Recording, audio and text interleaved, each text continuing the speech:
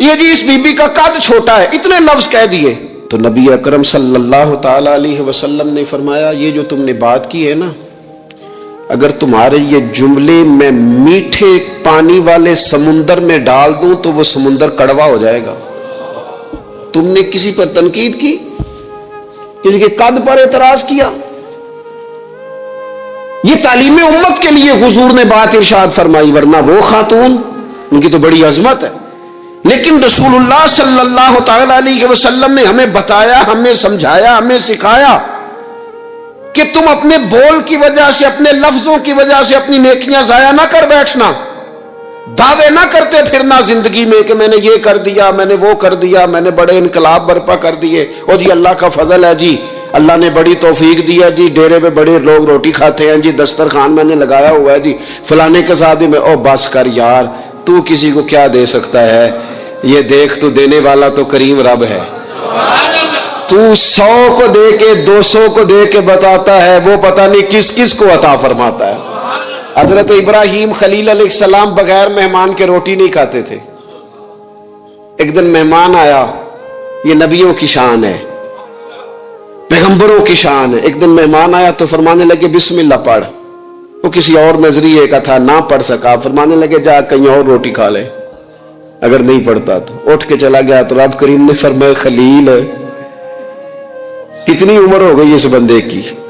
مالک بوڑھا ہو گیا ہے، فرمایا اس نے کبھی میرا نام نہیں لیا، میں نے تو ٹکر کبھی بند نہیں کیا، میں نے تو نہیں کبھی بند کیا، میں تو دیتا ہوں، عطا کرتا ہوں۔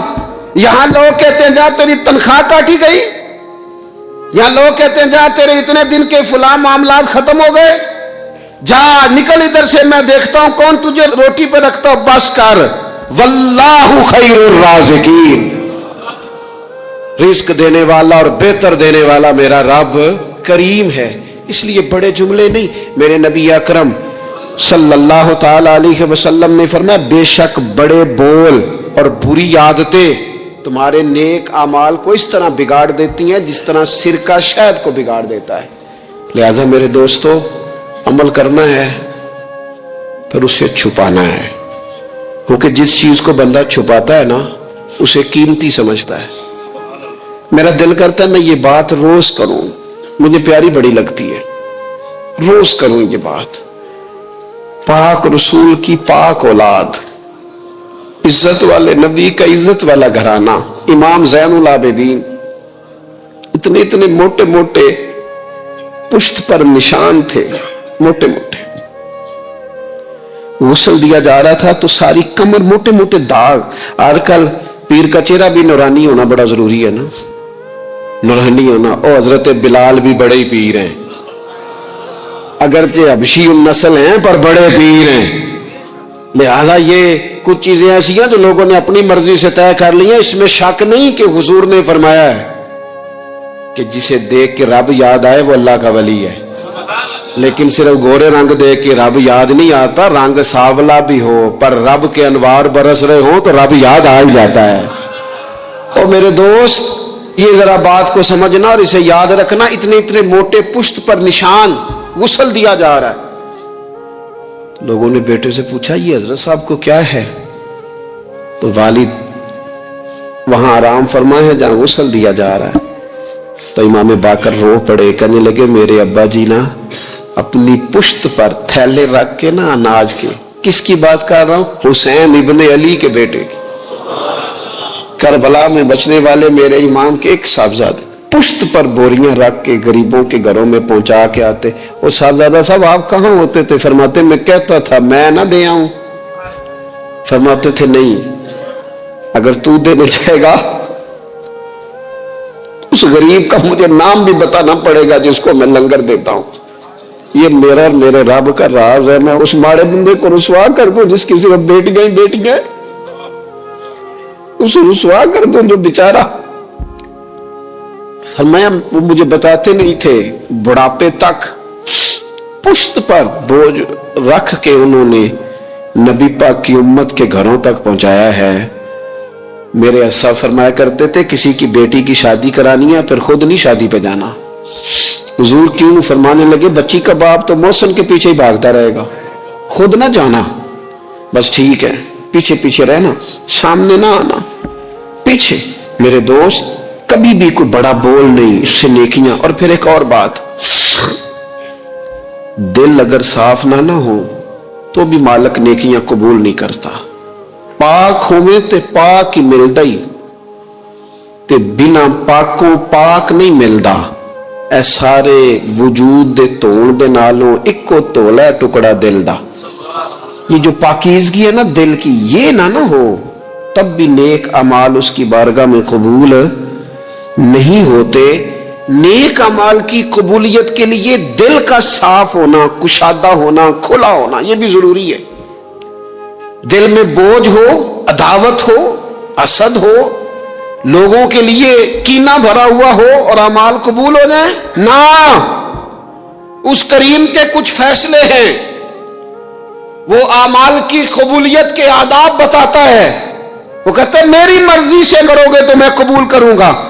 حدیث پاک آپ کو صحیح مسلم میں ملے گی.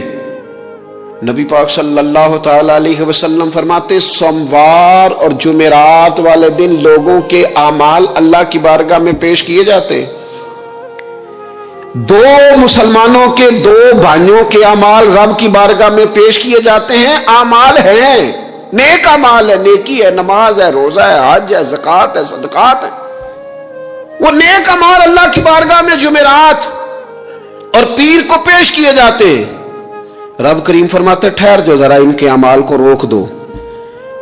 یا اللہ کیوں؟ فرمائے اس لیے کہ ان کے آپس میں نا دلوں میں نفرت ہے, گھٹن ہے, عداوت ہے. ان کو ذرا مہلت دو, یہ پہلے صلح کر لیں پھر ان کے اعمال بھی قبول کر لیں گے. کہ نہ عداوتیں پالی ہوئی ہیں, اپنے دلوں کے اندر گھٹن پیدا کی ہوئی. اختلاف کہاں نہیں ہوتا, لیکن نفرتیں پیدا کر لینا. کیا جرم کیا ہے بھائی نے, کون سا کفر کر بیٹھے ہیں رشتہ دار, کون سی ایسی بات نکل گئی ہے جو زندگی کے ناطے توڑ کے بیٹھ گئے ہم. رب کہتا ہے نہیں قبول ہوں گے ابھی اس کے اعمال, روک دو جب تک یہ آپس میں صلح نہ کر لے. مسجد میں بھی پابندی سے آؤ, فجر کی جماعت بھی نہیں چھوٹنی چاہیے, جمعے والے دن بھی وقت پہ آؤ. لیکن اگر قبولیت کرانی ہے تو 20 منٹ نکال کے نا اسے رشتہ دار کے گھر بھی چلے جاؤ جس سے ناراضگی چل رہی ہے. تھوڑا سا نا ادھر بھی ایک چکر لگاؤ, اس لیے کہ وہ کہتے ہیں قبول ہی تب کرنا ہے, پہلے یہ والا کام کر. لیکن اندر عداوت سے بھرا ہوا ہو, سینہ بھوک سے بھرا ہوا ہو, تو پھر اس کی روشنی میں جو اعمال کیے جائیں وہ قبول نہیں ہوتے. قرآن مجید فرقان حمید نے ایک اور وجہ بھی بیان کی ہے, فرمایا نہیں قبول کریں گے.